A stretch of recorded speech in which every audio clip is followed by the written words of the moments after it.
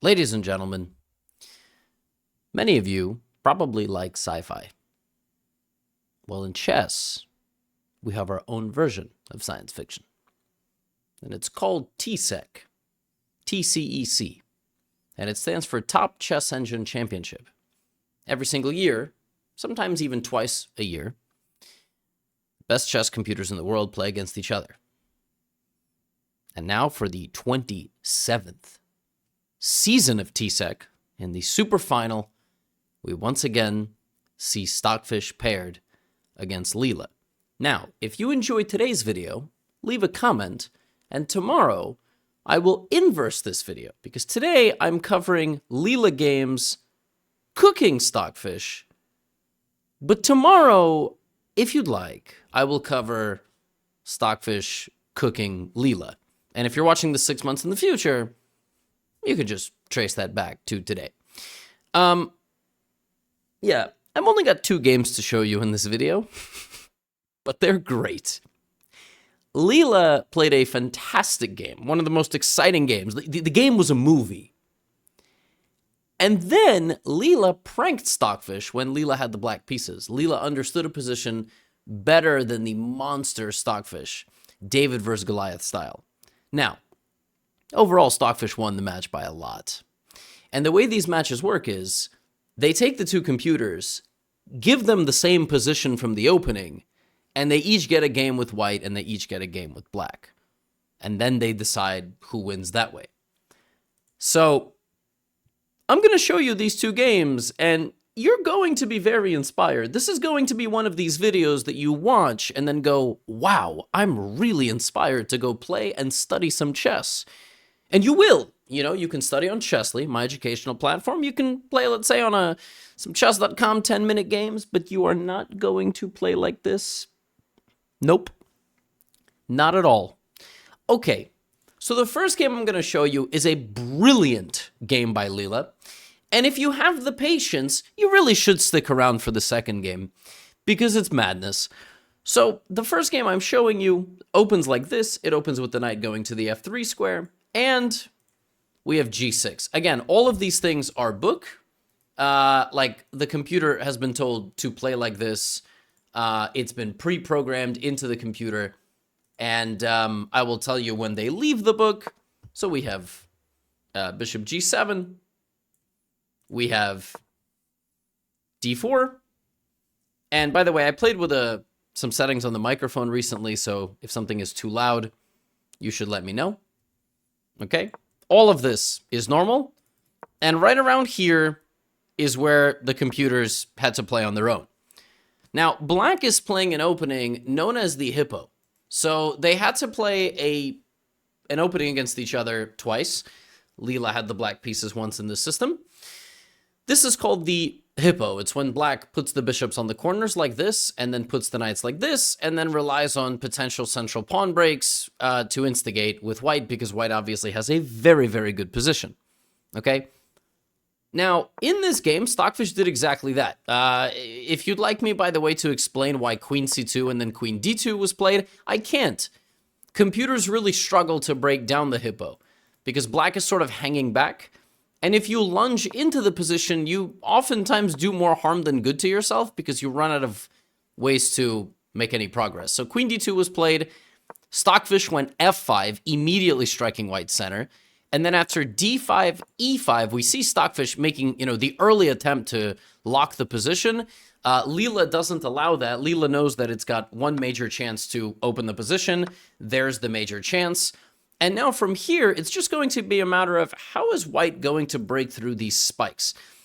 Beating the hippo in chess is kind of like running through a thorny bush. But on the other side of that thorny bush, you have a really tasty piece of food that you really enjoy eating. Like, some people will take the risk and some people won't. Or like on the other side, you get $1 million. I don't know. Like, whatever makes you happy. Cheeseburger, baklava, gulab jamun, like, whatever. I mean, and if it's a nice dessert, if it's money, like whatever, But you have to run through the thorny spikes. So rook e1 is the move chosen here from Leela. It's just making its preparations. Knight f6 from Stockfish. You may be wondering why Stockfish is not castling. It needs to keep the pawn protected. If the rook were to move, it would simply lose a pawn. Bishop d1, so obviously trying to reposition the bishop to this diagonal, and now b3, so simply defending the pawn structure. Stockfish also just kind of making improvements, and we're kind of at this moment where there's like a mutual freeze. Leela can't make any forward momentum, for any forward progress just yet, until all of the necessary steps are taken. Like, for example, here, Leela comes up with an insane concept. So, like, you ask me, how does white make any progress in this position, right? This is why the hippo is so hard to crack, by the way. I could give you 10 guesses, you wouldn't be able to figure it out, okay? In this position, Leela plays king h1. Okay, I mean, king h1 is just sort of like a waiting move, right? Like, you don't really know what to do. You know, black also kind of like makes it because the bishop is not useful there, so black at least brings the bishop back to the center, defends this. Yeah, now we go knight and the idea is quite clear. You want to play f4. That's what Leela wants. It wants to target the black center with the pawns. I mean, that's dank. That's legendary stuff. King h1, knight g1, bishop d7. Now, before you play f4, you play a4. So you shut down the black queen side. You don't let black make any progress. We do see a6 because Stockfish is leaving the door open for b5. I'm gonna leave the door open. Sorry. F4, obviously. And now if black were to take, they would lose, so they have to lock the position. Well, now b4. So now that Leela successfully instigated, it wants to make another pawn break. And in general, in closed positions, there are more pawn breaks available. Pawn breaks are simply spots on the board where there is tension between pawns, and a trade of pawns could be advantageous or disadvantageous to either party. H5. I don't really understand this move, but I just think, you know, Stockfish is trying to do something. Here we see c5, take, knight g4, and Leela here is taking the approach a lot of engines take, which is just restrict the oxygen and slowly kill the opponent, all right? c6. Now, here Leela plays a move. You couldn't pay me money to play this move. Leela plays bishop takes knight, removing the knight from the edge of the board, but opening up the rook, which is crazy, and helping black. What? And now g3. g3 takes away stuff to the h4 square, defends the pawn with the queen, and maybe also is a getaway for the king. But it's not clear to me at all that this position is 0.9. I mean, if I have to really think about it, yeah, I can sort of see, like, black's light squared bishop is bad, etc., but it is still super complicated. Stockfish plays a5 because obviously it wants to go bishop a6, but that comes with a trade, and the trade is that the knight is going to be able to go here. It's a closed position, which means in a closed position, knights are better than bishops, which is why Stockfish plays the unbelievably anti-positional move, bishop takes knight, because it evaluates that in the long run, its bishop is not going to be an active participant of the game. It evaluates that if black plays rook b8 and white plays knight b5 and rook b1, this bishop is simply an artifact. It's just standing on the board. It's not actually doing anything useful. So it plays bishop c3, which no human on earth would play this move. Knight c3, bishop a6, and now the knight goes to b5. Again, Leela playing pure restriction chess. Absolutely frozen pawns everywhere. In fact, have you ever seen a position where black has 6 pawns and physically cannot move any of them? It's not even a matter of doesn't want to. It's a matter of literally cannot move them, right? White still has some pawn momentum. Well, really one, and that's not really going to matter. Or is it? Knight e7, bishop d4. Okay, but that's a big decision. You take a pawn, but now black activates the material over there and is able to play queen b8. If black is able to transfer the rook and get some active counterplay, black is going to be okay. And also black has a protected pawn in the center, right? Now, at this point, Leela begins styling. Queen b7 is an epic move. This is called a, I think it's called a collinear move, but that's what Robert Hess calls it. But basically, it's a move on the same line, but you don't actually take the piece, and you try to make a beneficial trade. Rook b8, rook b1, bishop a7, black resigns, or even you have enough time to walk this pawn. So queen b7, knight takes d5. Stockfish is now no longer down a pawn, but now watch how Leela wins this game. Rook b1, queen c8, it begins advancing. Now the game is simply over, right? The game is over. They repeat moves. Now Leela repositions the bishop here to protect itself and also to target the king. Stockfish goes king f7, and now absolute pandemonium breaks out. So, rook d1, queen to e6, rook b5. Obviously, everything makes sense. Slow progress is being made. Excuse me, wait a minute. Queen, I'm sorry. Was there not just the rook hanging in the corner? Yes, yes, great question. So if you take this rook, in chess, two things matter, material and king safety, and after e3, the white king is not feeling particularly safe.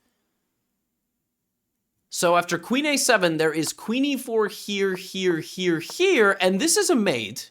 So you have to be really careful here not to lose. Queen c7, king g6, queen d6, king h5.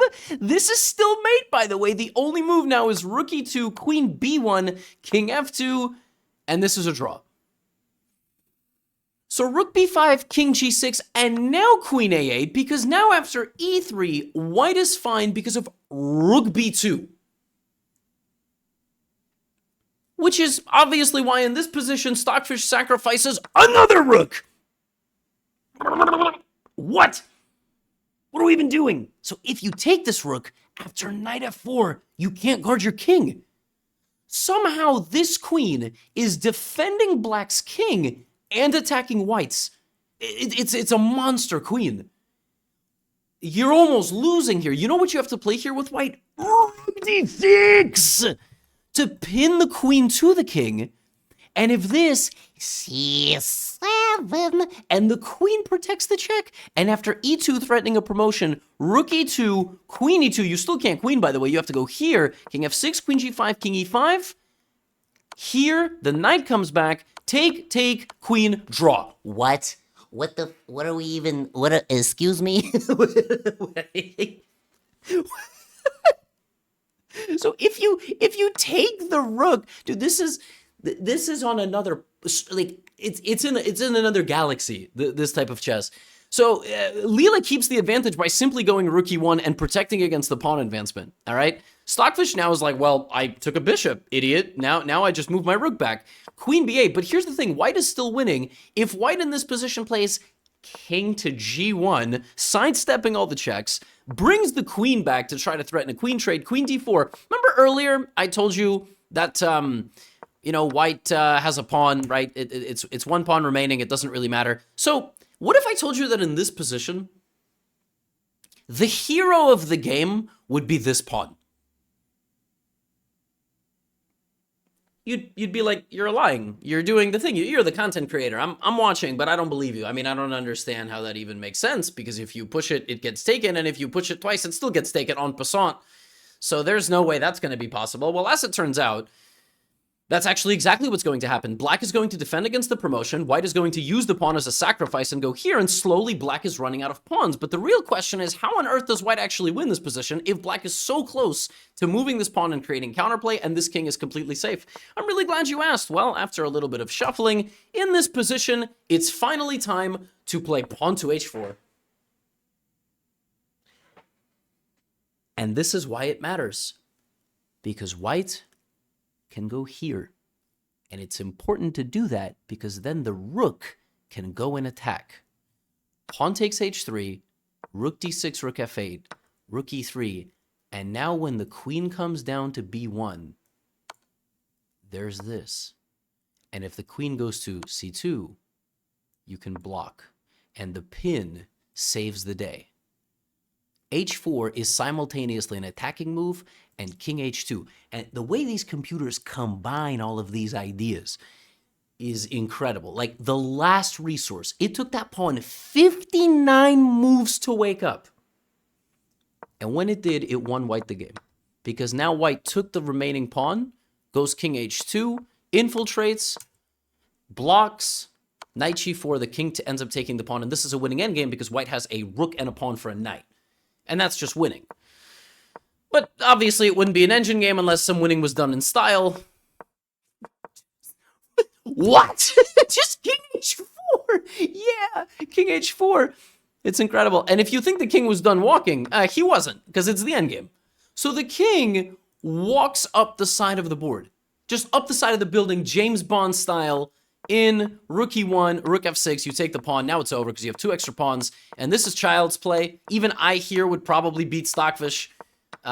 This is easy. And Stockfish just resigns here because it's over. The way you win this is you put the king on the back rank, put the rook over here, and just push the pawns, push the king until somebody promotes. It's very easy to win this. You just need to not rush and somehow lose a pawn and then end up in a drawn endgame. This is legendary type of stuff.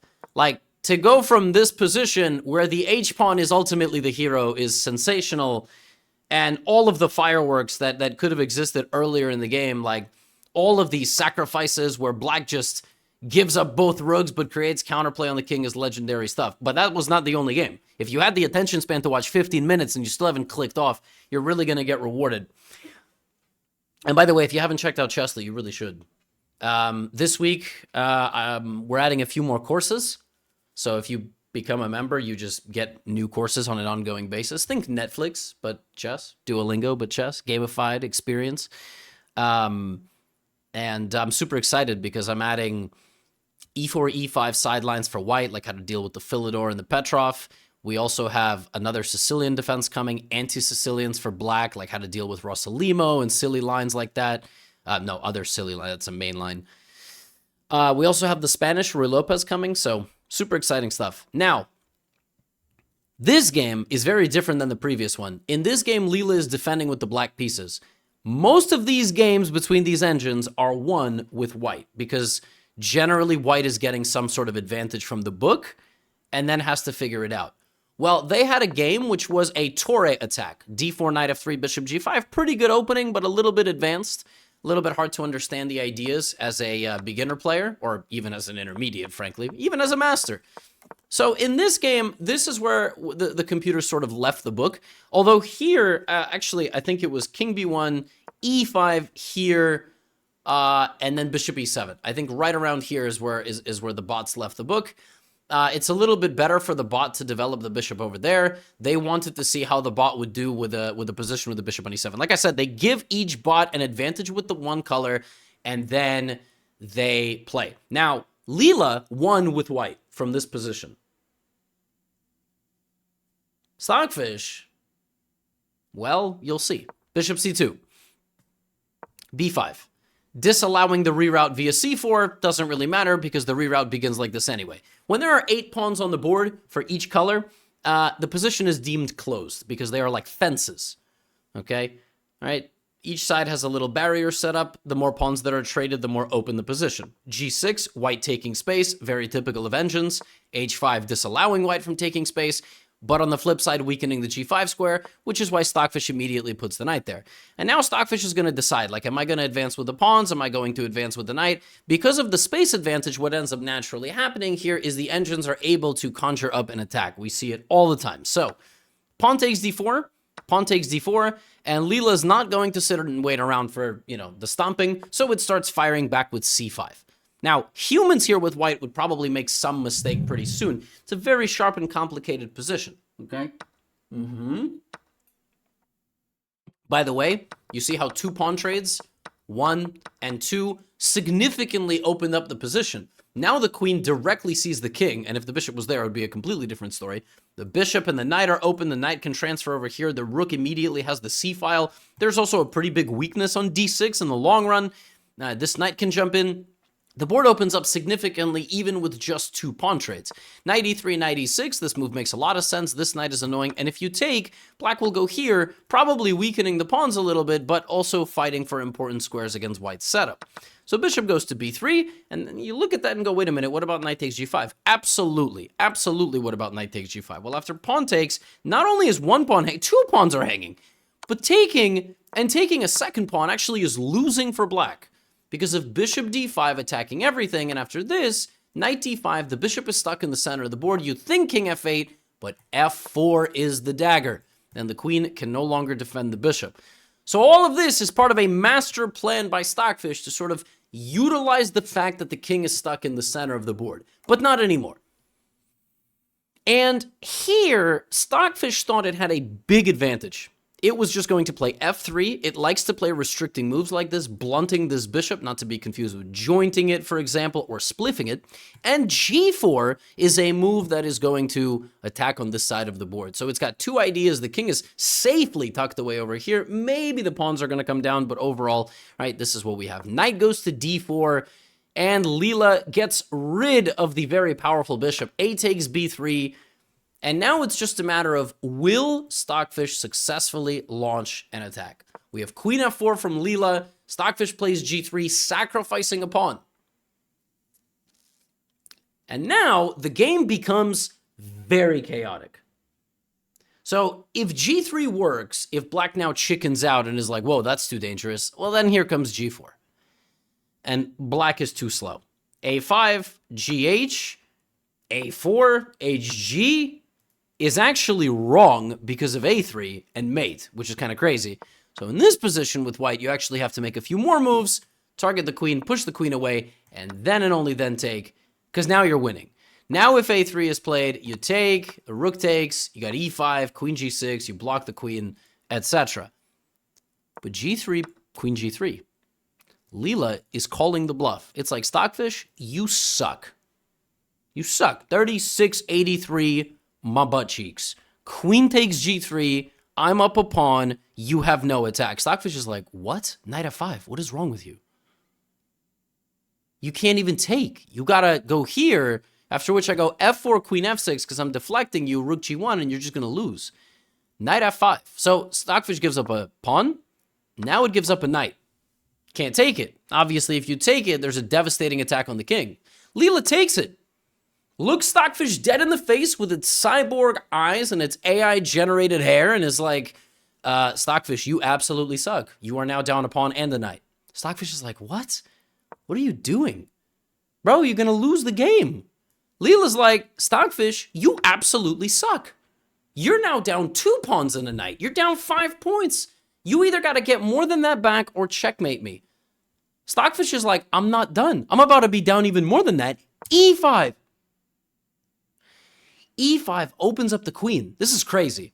Now Leela's like, yo, Stockfish, I don't know what got into you, but you're now down 8 points of material. Let me remind you that the only thing worth more than 8 points in a chess game is a queen. So I don't know how you plan on winning my queen, but it's either that or you got to checkmate me. Stockfish is like, yo, be patient, stupid. Wait a second. I don't think they actually talk to each other, but it would be really funny if Stockfish versus Leela devs just like DM'd each other horrible things while the matches were going on. So now there's a pin and an attack on the king over here. Look at this. Rook e8. Rook g5, the king is running away. If you just pause here, you're like, black has an extra piece. And rook e5 is coming. I don't see where the attack... Well, the attack's right here.